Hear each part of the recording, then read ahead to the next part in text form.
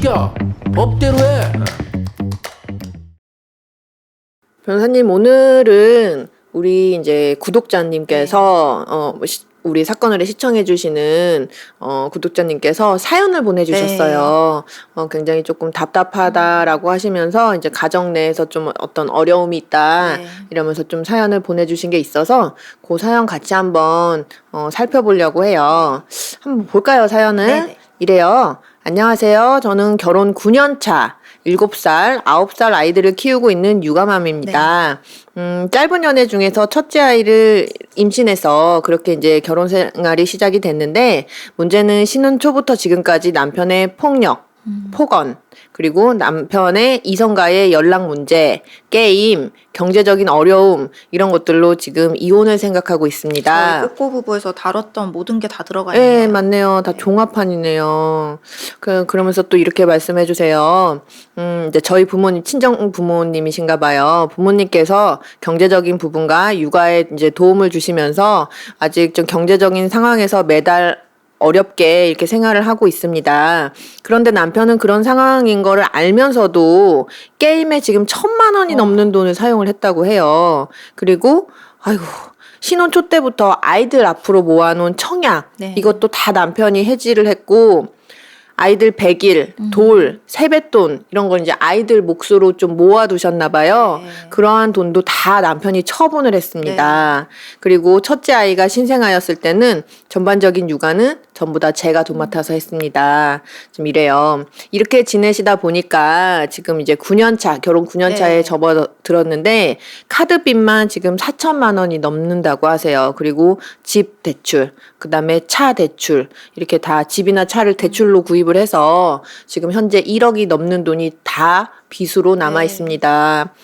좀 답답하시겠어요. 그런데 이 와중에도 남편은 계속 게임을 하면서, 게임하면 이제 결제를 하게 되잖아요. 게임 아이템들 이런 것들. 그렇게 돈을 이렇게 결제를 해놓고 다 거짓말로 일관하고 있습니다. 그러면서 또 들통이 나서 따져도 그래도 또 거짓말을 하고 있대요. 거기다가 집안일은 나 몰라라. 이렇게 하고 또 이제 경제 상황이 어려운데 이런 거를 다 남편분이 하나도 신경을 안 쓰고 이런 경제 어려운 부분은 다 우리 사연자분께서 지금 도맡아서 관리를 하고 계신데요. 그러니까 너무 답답하니까 싸워도 보고 울면서 애원도 해보고 이게 다 해봤는데 소용이 없대요.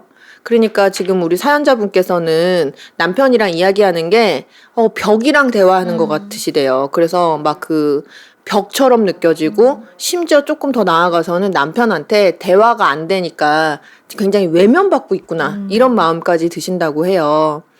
여기에 또 더불어서 이제 조금 남편분께서 이제 부부관계 잠자리를 이제 요구를 하시는데 너무 몸이 아프고 고되고 힘들고 그렇게 하는데도 그런 사정은 전혀 개의치도 않고 굉장히 잦은 잠자리 요구를 해서 그런 부분도 너무 힘이 들고 이게서 조금 아내분께서 우리 사연자분께서 너무 힘들다라고 이렇게 좀 거부의 이야기를 하면 바로 싸움으로 이어지고 심한 경우에는 폭언 또 나아가서는 폭력 그리고 굉장히 인격 모독적인 말들 이런 것들을 굉장히 많이 들으면서 생활하고 계신데요. 여기까지만 들어도 너무 갑갑해요. 그런데 여기에 이제 더 고민인 부분이 있으시다고 하죠. 여태까지는 이제 이 아내분한테 대하는 이제 남편의 태도였는데 이제 지금은 아이들이 걱정이신가 봐요. 이제 이 사람과 더 살아야 되나 말아야 되나 이제 더 못 살겠다를 이제 고민을 하시면서 이제는 이제 아이들을 어떻게 해야 되나 이제 이 부분이 걱정이신데 또 이 남편이 아이들한테는 또 잘 하나 봐요. 그래요? 근데 평소에는 잘 하는데 이 아내분과 싸울 때는 아이들이 또 안중에도 없는 사람처럼 행동을 하고 평소에는 아이들한테 잘하고 그래 이제 이런 사람이니까 아내분이 이제 견디다 못해 이혼하자라고 했더니 애들 두고 너만 나가 라고 애들 못 준다는 거네요. 그래서 이제 본격적으로 이혼 고민을 하다 보니 당연히 가장 고민이신 게 양육권, 친권 요 부분일 거 아니에요. 지금 아이들이 7살, 9살이니까 한참 부모님의 그 손길이 필요한 나이잖아요. 근데 이제 남편은 어쨌든 회사를 다니고 있고 이 아내분은 9시부터 1시 반까지 생산직 아르바이트를 한 1년 정도 하시고 그 외에는 집에서 이제 블로그 포스팅 아르바이트로 한 월 30에서 70만 원 정도 소득을 내고 계신데 이게 일정하지 않대요. 뭐 소득세 신고를 한 상황도 아니고 이런 상황에서 과연 내가 이 양육권과 친권을 가지고 올 수 있냐. 그리고 뭐 꾸준히 맨날 이 남편분이 게임 굉장히 많이 했었잖아요. 이 게임 할 때 결제한 내역이라든지 게임 그 아이템 구매 내역이라든지 그 여자들과 뭐 애정 표현하고 했던 카톡 그다음에 싸움 있을 때마다 막 집에 있는 물건 다 때려 부수고 했던 그 사진들 그다음에 싸움 있을 때 나한테 행사한 폭행으로 내가 입은 상처들 이런 사진들 그리고 물건 집어 던져서 아이가 다치기까지 했나 봐요. 아이 상처 그다음에 싸움 후에 진단서 떼러 가셨던 병원 진료? 그 병원 기록 그다음에 경찰에 신고 뭐가 많이 있으시네요.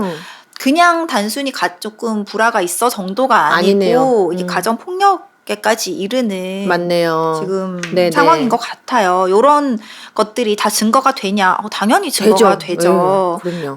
그래서 지금 아무튼 가장 큰 문제는 이혼을 하시고 싶은 마음은 좀 명확한 것 같고 맞아요. 다만 걱정은 아이들을 데리고 올 수 있는지 이 부분에 대해서 결론은 이 부분을 이제 궁금해 하시는 것 같아요. 그래요. 지금 보면은 지금 우리 사연자분께서 이제는 더 이상 버틸 힘이 없고 앞이 안 보여서 너무 지금 앞이 깜깜하다라고 하시면서 남편은 지금 우리 사연자분께서 돈 때문에 이렇게 한다라고 생각을 하고 있다라고 하세요. 그렇지만 우리 사연자분께서는 남편에 대한 일말의 어떤 마음도 이제는 다 끝났고 이 사람이랑 더 살았을 때 잘 살아갈 수 있겠다라는 이런 희망도 전혀 느끼지 못하시는 상태래요.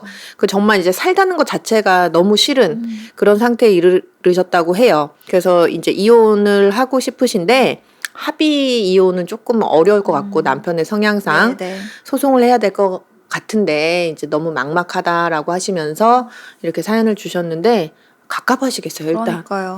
아까 제가 처음에 시작할 때도 우리 꼬꼬부부에서 다뤘던 종합판 케이스의 종합판인 것 같다라는 말씀을 드렸는데 일단은 양육권, 친권 뭐 이런 걸 따지려면 이혼이 돼야겠죠. 그렇겠죠. 이혼 소송에는 이혼이 이루어져야 되는데 지금 적어주신 것만 봐도 그 제일 앞에 한 단락만 봐도 그렇죠. 남편의 폭력, 폭언, 뭐 아내에 대한 당연히 부당한 행위죠. 그리고 이성과의 연락 문제 정조 의무 위반에 해당될 소지가 크죠. 애정 표현을 하는 카톡 대화 내용이 있다고 하니까요.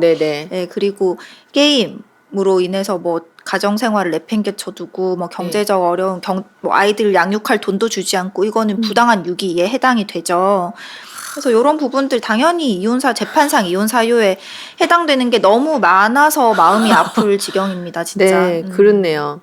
그리고 말씀하세요. 그리고 또 우리 여기 사연에다가 적어주셨어요. 이런 다행이라면 다행이랄까요? 이런 증거들을 잘 모아 놓으신 것 같아서 그래도 충분히 이렇게 좀 있는 상황인 것 같아서 좀 뭐 이혼을 이제 청구하실 때는 변호사님 이 정도면은 그래 충분히 뭐 해당이 될 것 같은데 이런 증거들이 이혼 사유의 증거로도 쓸 수 있지만 사용되겠지만 지금 친권 양육권을 제일 걱정을 하고 계시잖아요. 그렇네요. 보면은 물건을 던져서 생긴 아이 상처, 그다음 경찰 신고 이런 부분들은 양육권 친권을 결정할 때도 많이 참작이 될 수 있는 부분이거든요. 그래서 이런 증거들은 좀 잘 수집을 만약에 진짜 이혼을 하시겠다고 마음을 먹으셨으면 좀 잘 수집을 해놓으셔야 될 것 같고 양육권, 친권에 대해서 조금 설명을 드리자면 일단 양육권은 말 그대로 내 아이를 양육하고 보호할 수 있는 권리죠. 그리고 친권은 뭐냐? 친권은 자녀의 신분을 결정할 수 있는 권리예요. 그리고 재산에 관한 사항들, 내 자녀의 재산에 관한 어떤 관리라든지 이런 사항들을 결정할 수 있고 또 거소를 어디에 둘지, 내 자녀가 어디에 살지를 결정할 수 있는 권리죠. 그러니까 내 자녀의 신분과 관련된 전반적인 권리를 행사할 수 있는 권한이라고 보시면 되고요. 보통 뭐 양육권은 이혼을 했으니까 공동 양육이 힘들 거 아니에요. 그렇죠. 양육권은 엄마나 아빠 일방에게 주고 간혹 가다가 친권은 공동 친권으로 가는 경우도 있어요. 근데 아까도 말씀드렸다시피 친권은 내 자녀의 신분과 관련된 재반 모든 권한. 사정을 결정할 수 있는 권한인데 이 친권이 양분이 되면 뭐 하나 할 때마다 상대방 배우자한테 동의를 구해야 되는 번거로움이 있죠. 그래서 조정 절차라든지 재판부에서도 양육권과 친권을 좀 한 사람에게 몰아주는 걸 권하고는 보통 권하는 게 실무상으로는 많아요. 그게 조금 효율성의 측면에서 그쵸. 그렇겠네요. 그리고 아이들도 덜 혼란스럽고 그런 건 있는데 참 이제 아이의 양육권을 가지고 올 수 있냐. 물론 뭐 여러 가지 사정들이 다 고려가 되죠. 근데 간혹 그 부모님들 중에 상담하러 오시는 분들 중에서 경제적인 사정을 많이 걱정을 하시는 분들이 계세요. 내가 지금 경제력이 내 배우자보다 덜한데 아이는 꼭 내가 키우고 싶은데 내가 지금 소득이나 이런 게 좀 마땅치 않다. 그래도 내가 가져올 수 있냐라는 질문을 많이 하시는데 경제력도 당연히 중요한 부분이긴 해요. 왜냐하면은 경제력이 중요한 이유는 경제력이랑 아이의 복리를 또 완전히 떼놓고 생각할 수 없잖아요. 하다못해 학비든 뭐 교육비든 들어가는 모든 것들이 떼놓고 생각할 수는 없기 때문에 경제력도 중요한 요소기는 하지만 절대적이진 않아요. 어차피 비양육자한테 양육비 받잖아요. 맞아요. 그런 의미에서 그렇게 절대적인 것은 아니고 가장 중요한 거는 이 미성년인 자녀, 아이의 안정, 정서적인 안정, 행복 이런 게 제일 중요하고 양육 그렇게 중요한 것들을 지켜낼 수 있는 양육 환경이 조성되어 있는지가 제일 중요하죠. 그래서 이런 경우는 이제 보통 어느 쪽 부모와 유대 관계가 더 깊은지 그렇죠. 그러니까 결혼 혼인 생활을 하고 있을 때도 어쪽 부모와 더 소통을 많이 하고 더 많은 시간을 보냈는지 이런 것들도 다 중요하고요. 그리고 가사 조사 같은 거 통해서 쉽게 말해서 뭐 엄마가 좋아 아빠가 좋아 비슷하게 이런 걸 통해서 누구랑 같이 살면 더 좋을지를 가사 조사관님께서 또 지켜보세요. 같이 있는 모습도 보시고 그 살고 있는 환경. 집 같은 데도 가보시고 아이를 위해서 얼마나 뭐가 마련돼 있는지 그리고 이 동네에 살면 아이가 어떤 환경에서 교육을 받을 수 있는지 이런 것들 또 다 종합해서 참작을 하시고 아이의 연령에 따라 다르긴 하지만 또 어느 쪽 부모와 살고 싶은지 아이에게 직접 물어보고 그것도 많이 참작이 되거든요. 그래서 이런 유대 관계를 입증을 잘 하시는 게 굉장히 좋고 실제로 지금 제가 항소심에서부터 맡게 된 사건이 있는데 그 양육 임시로 보호하고 있는 분은 배우자 이제 어머니 쪽이신데 이제 아버지 쪽에서 아이를 계속 본인이 양육을 해 오셨기 때문에 어떻게든 내가 좀 데리고 와서 키우고 싶다. 아이도 그러고 싶어 하는 것 같은데 너무 어려서 이제 엄마 쪽에 지금 가 있는 거 보통의 경우는 엄마랑 살게 특히 딸은 엄마랑 살게 해주는 경우가 사실 좀 많긴 하거든요. 그래서 저뿐만이 아니라 많은 이제 이런 사건 진행할 때는 좀 계획서 같은 거를 만들기도 해요. 양육 계획서. 내가 앞으로 어떤 식으로 아이를 양육하고 우리 아이가 어느 쪽에 소질이 있어서 내가 이쪽을 어떻게 해줄 거고 시켜줄 것이고 양육 계획표를 만드는 경우도 있어서 그런 식으로 이제 준비를 하기도 합니다. 지금 보면 우리 사연자분께서도 지금 요 단락이 우리 변호사님이 딱 정확하게 집어주신 그 부분을 걱정을 하고 계신 것 같아요. 보면은 남편은 회사를 다니고 있다.